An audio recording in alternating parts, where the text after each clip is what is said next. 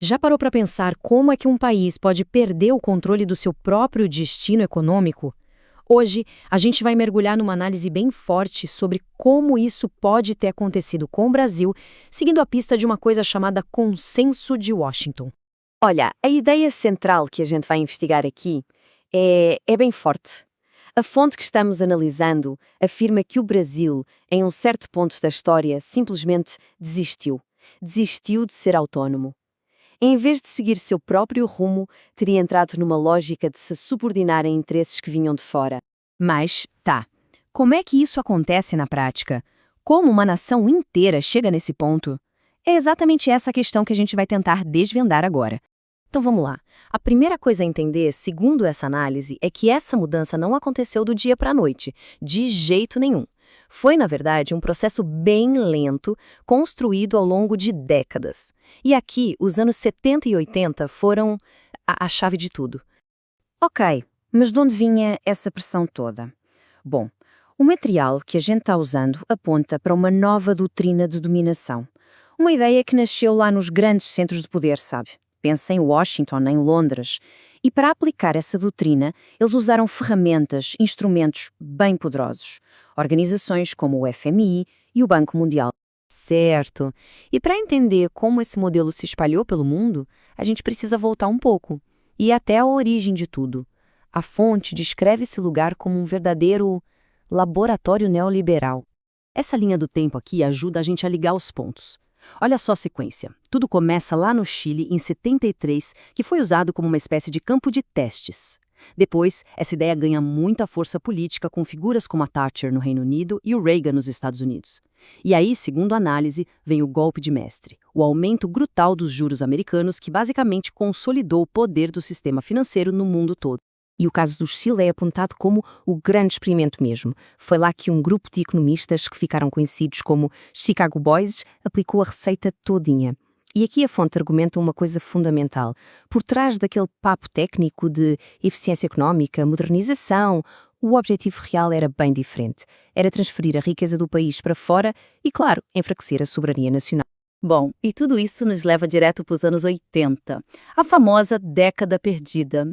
Foi justamente a crise gigantesca desse período que deixou países como o Brasil, digamos, vulneráveis, abertos para receber essas novas políticas. E se tem um ano que é o ponto de virada, esse ano é 1982. Foi nesse momento, segundo a análise, que a economia brasileira basicamente quebrou. E aí não teve jeito. A única porta para bater foi a do Fundo Monetário Internacional, o FMI. E dá uma olhada nisso.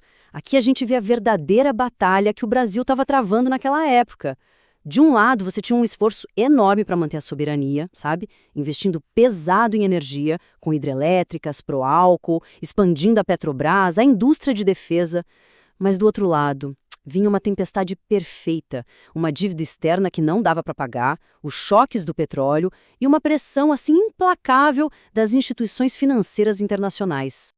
Pois é, chegando no final da década, a batalha parecia perdida. A autonomia do Brasil estava por um fio e o cenário?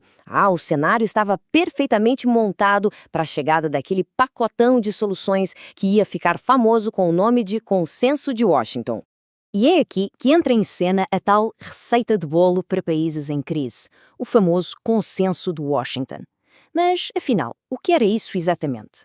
Bom, no papel, o Consenso de Washington era isso, um pacote de políticas econômicas. A ideia era vendida como uma solução puramente técnica, sabe? Neutra, para resolver os problemas dos países em desenvolvimento.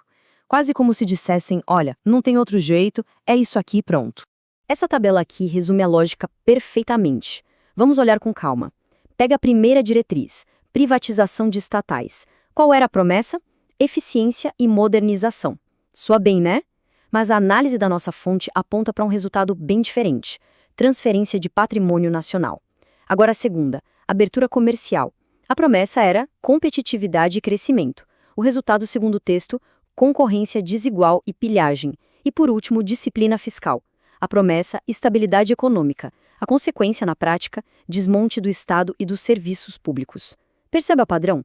Em cada ponto, uma promessa que soa ótima e um resultado, segundo a análise, bem problemático. Então, no fim das contas, qual foi o legado de tudo isso para o Brasil, pensando no longo prazo? O resultado, de acordo com o texto que a gente está analisando, foi a transformação do Brasil em um anão político. É uma avaliação bem dura, né, sobre a perda de relevância do país no cenário mundial. Mas por que essa condição se tornou algo tão permanente? A fonte dá uma explicação muito forte nessa citação aqui, olha só. Mudam-se os governos, alternam-se discursos ideológicos, mas a estrutura permanece intacta. O núcleo do problema é estrutural. Ou seja, o que isso quer dizer? Que não importava muito quem estava no poder, se era de um lado ou de outro.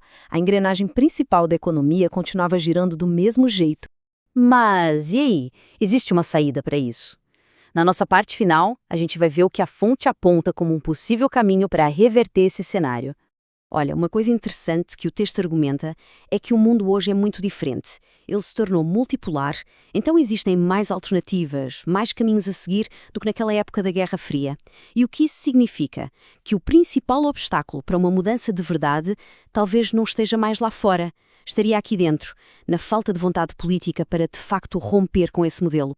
Então, o ponto central é esse aqui.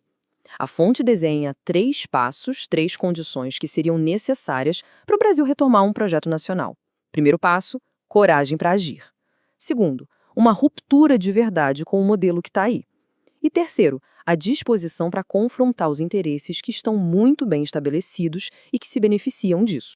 E para fechar, essa análise toda nos deixa com uma pergunta final que resume bem o espírito da coisa.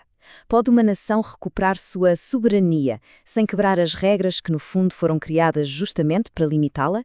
É uma questão fundamental para a gente pensar o futuro. Fica aí a reflexão.